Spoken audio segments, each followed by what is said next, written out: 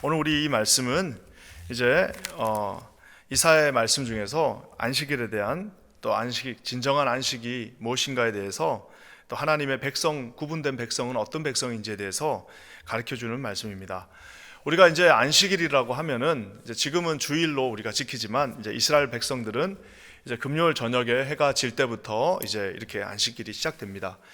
그래서 지금도 이제 물론 이스라엘에 가면 그 전통이 그대로 남아 있고요. 그래서 금요일 저녁이 되면 이제 사밧 해가지고 이제 모든 것이 다 멈추고 이제 도로가 한산해집니다. 심지어 아직도 유럽에 가면 그런 이제 기독교적 전통, 세큘러라이즈 되어 있지만 기독교적 전통이 있습니다. 그래서 보통 이제 이 토요일 오후가 되면은 이제 이렇게 뭐라 그럴까요? 뭐가 다 클로즈되고 하는 그런 느낌들을 보게 됩니다. 우리 한국도 마찬가지로 굉장히 안식일의 전통이 강했습니다.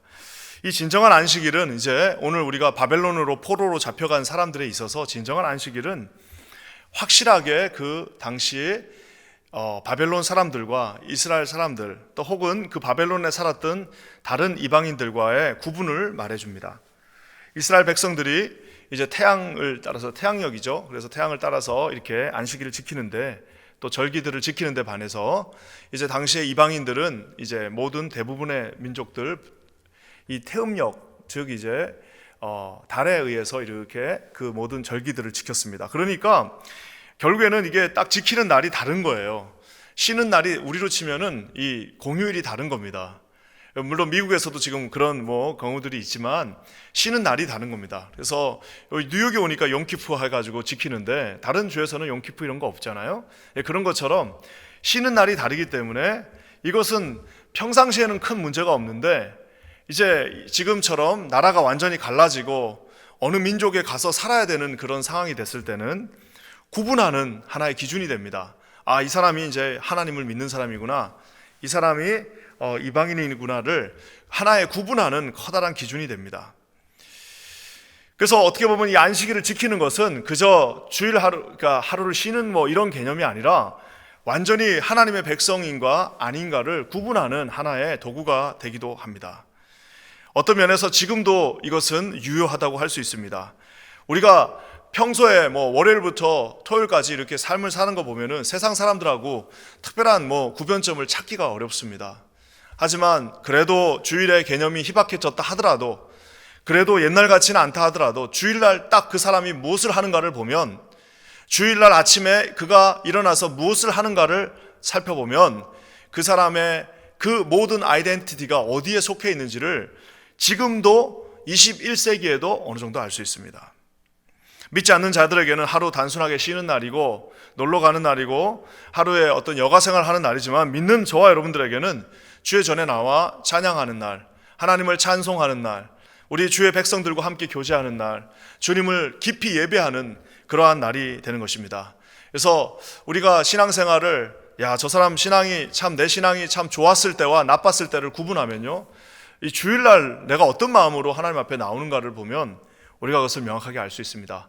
병든 신앙, 병든 공동체, 어떻게 보면은 무뎌져 버린 그 신앙의 날이 있으면 주일날이 그저 그냥 괴롭기도 하고, 어떨 때는 좀 그냥 하루 안 갔으면 좋겠다라는 마음이 듭니다. 하지만 하나님을 깊이 체험하고 날마다 주님과 동행하며 하나님과 함께 나아갈 때에 그 주일날은 하나님을 기다리는 날, 하나님을 깊이 더 만나는 날, 아무리 우리가 주중에 자기가 속해 있는 장소에서 예배를 드린다 하더라도 주의 전에 나와 함께 예배드리는 거룩하고 기다려지는 진정으로 구분되어진 날이기도 합니다. 자, 이제 이 안식일이 구분되어진 날인가 동시에 또 안식일은 멈추는 날입니다. 그래서 안식이라는 말, 그 히브리어로 사밧이라고 그러죠. 이 사밧이라고 하는 이 날은 말 그대로 멈추는 날입니다. 자기가 열심히 달리던 그 6일 동안의 일들을 딱 멈추는 그 날이기도 합니다. 그래서 이 기계공학에도 제어공학이라고 그러죠. 가는 거를 멈추는 것이 사실은 움직이는 것도 힘들지만, 움직이지 않는 것을 뒤에서 밀어서 가게 하는 것도 어렵지만, 제어공학, 즉 가던 힘을, 막 움직이던 힘을 멈추게 하는 것은 사실은 더 어려운 일 중에 하나입니다. 세상의 일들과 생각을 하루 멈춘다는 것은 세상 사람들의 입장에서는 하루 뒤처지는 것입니다. 하루에 그 문을 비즈니스 문 하루를 닫는다는 것은 하루를 뒤처지는 것입니다. 하지만 하나님 앞에서 중간에 그 가던 길을 멈추고 하나님을 찬양하고 그 하루를 주님께 온전히 맡긴다는 것은 보통 믿음이 있지 않고서는 하기가 쉬운 일이 아닙니다.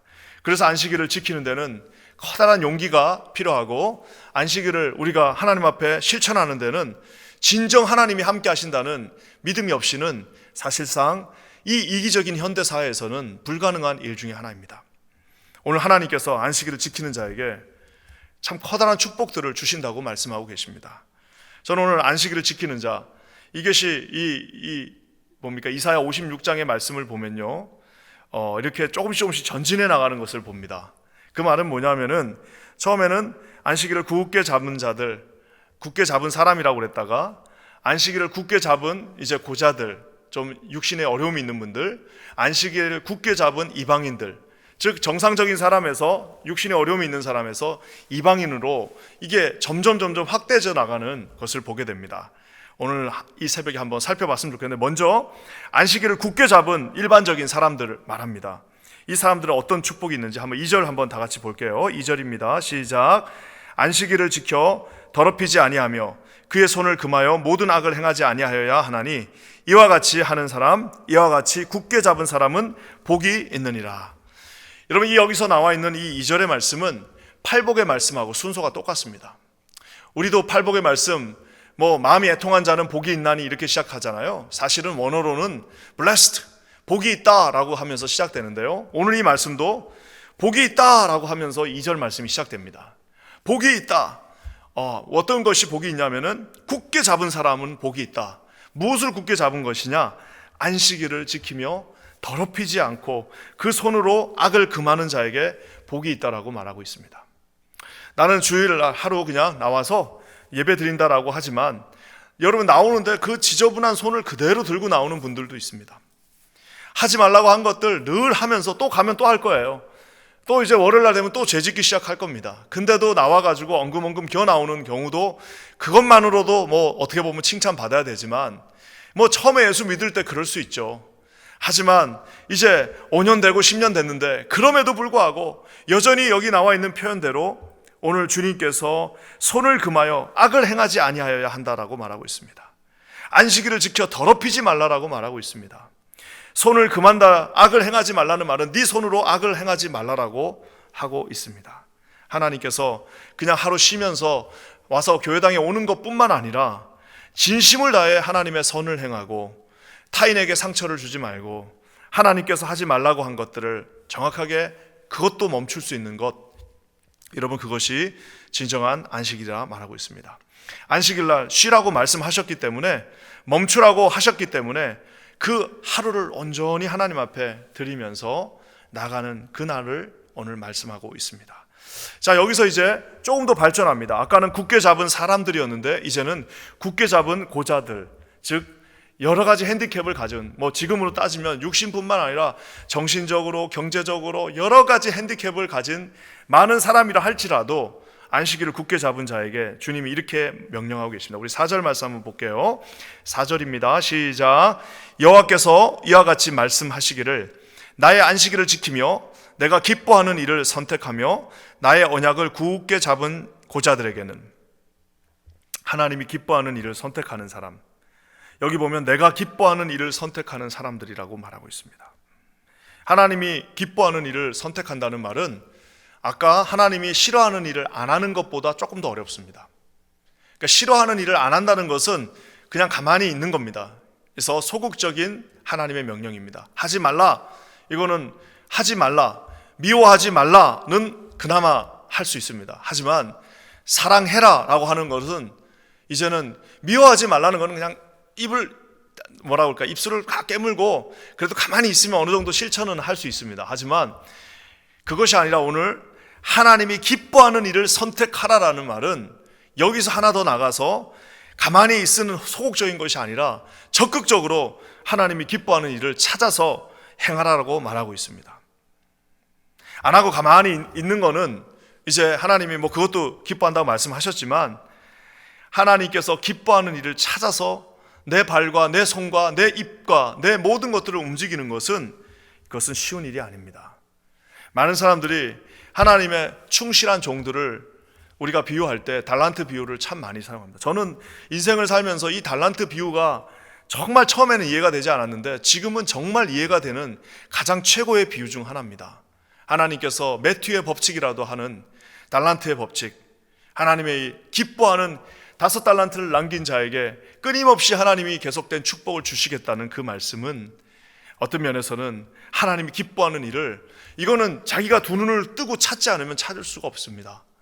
이것은 부지런한 열심을 가지고 하나님이 무슨 일을 기뻐하실까를 우리가 돌아보면서 찾아나가지 않으면 결코 찾을 수 없습니다.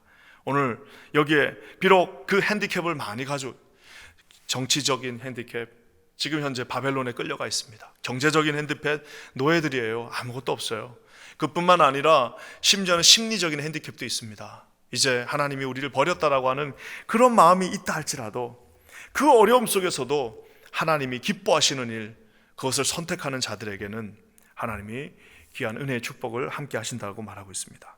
사랑하는 성도 여러분, 하나님 앞에서 저는 저와 여러분 모두가 이런 우리의 그 핸디캡 가지고는 우리가 아무것도 할 수 없습니다. 하지만 하나님이 주시는 그 약속을 믿고 나갈 때, 오늘 5절 말씀 볼까요? 5절에 주님이 이러한 고자들이라고 하는 것은 당시에 생물학적으로 더 이상 자기의 혈통을 유지할 수 없는 자들입니다. 하지만 주님이 오늘 5절에 이렇게 약속하십니다. 우리 한번 다 같이 읽어볼게요. 시작. 내가 내 집에서 내 성 안에서 아들이나 딸보다 나은 기념물과 이름을 그들에게 주며 영원한 이름을 주어 끊어지지 아니하게 할 것이며. 여기 보면 기념물과 이름을 주님께서 주신다고 말씀하십니다.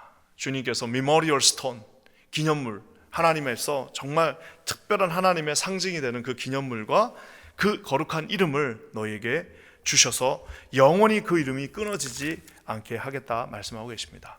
주님의 깊은 은혜는 우리 가운데 있습니다. 저와 여러분이 하나님이 기뻐하시는 일들을 소극적으로 그냥 가만히 있는 것이 아니라 그 일들을 좀 찾아서 하나님을 기쁘시게 하는 저와 여러분 되시기를 주님의 이름으로 간절히 축원합니다. 마지막으로 그 당시에 이제는 그래도 지금까지는 그래도 이스라엘 백성인데 이제 이스라엘 백성이 아니라 완전히 이방인으로 넘어갑니다.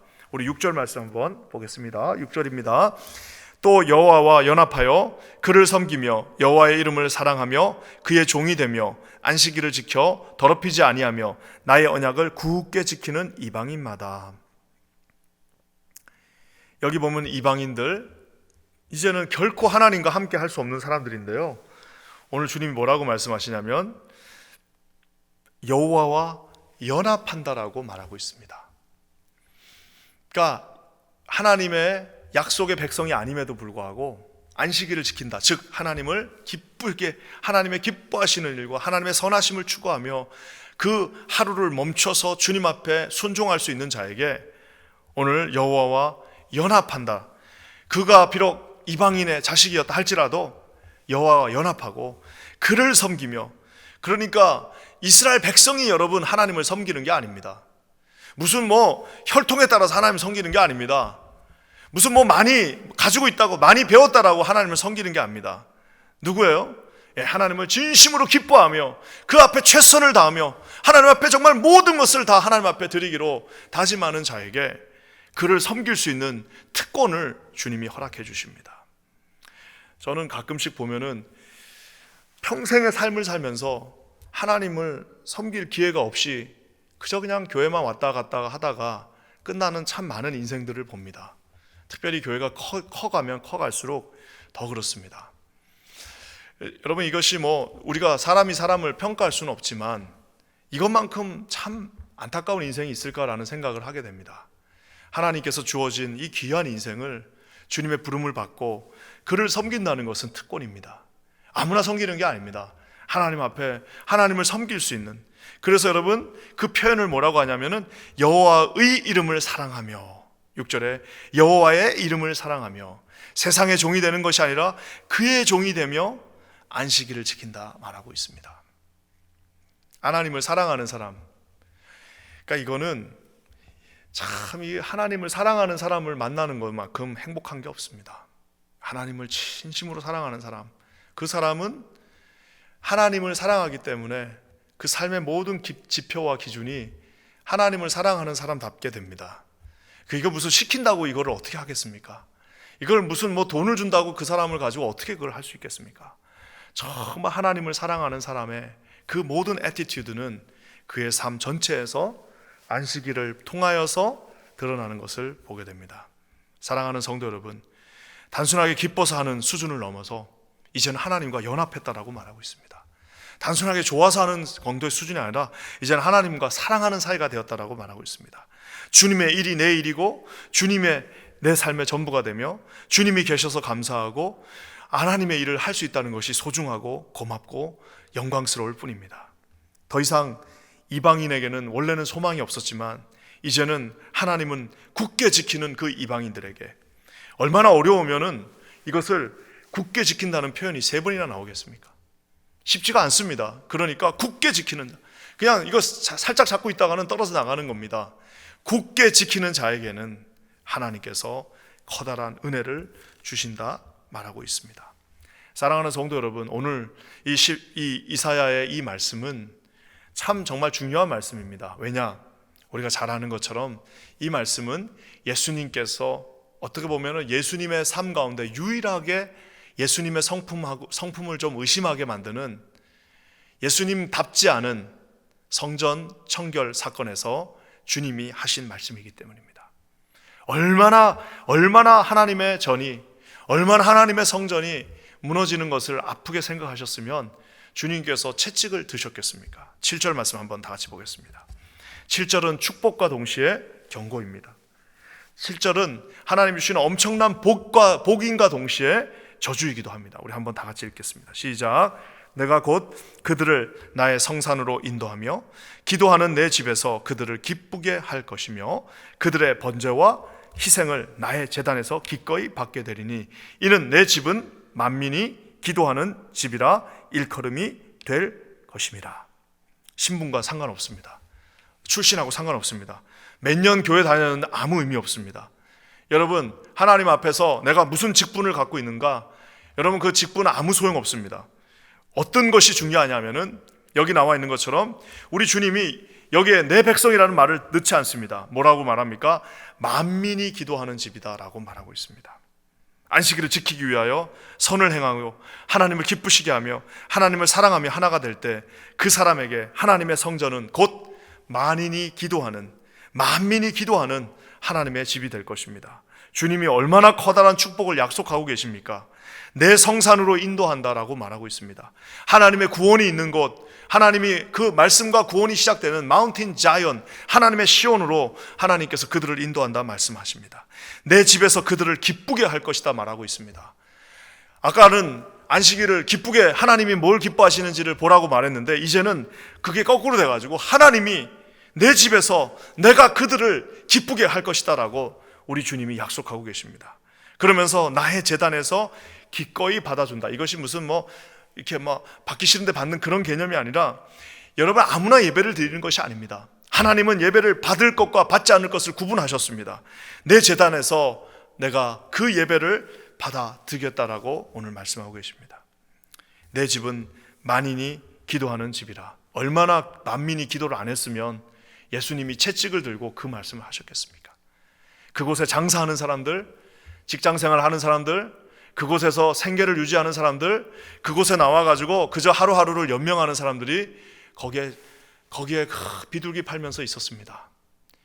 그 집은 비록 이방인이라 하더라도 여러 가지 핸디캡을 가졌다 할지라도 나와서 하나님을 오직 예배하는 자들로 둘러싸여 있어야만 하는 집입니다.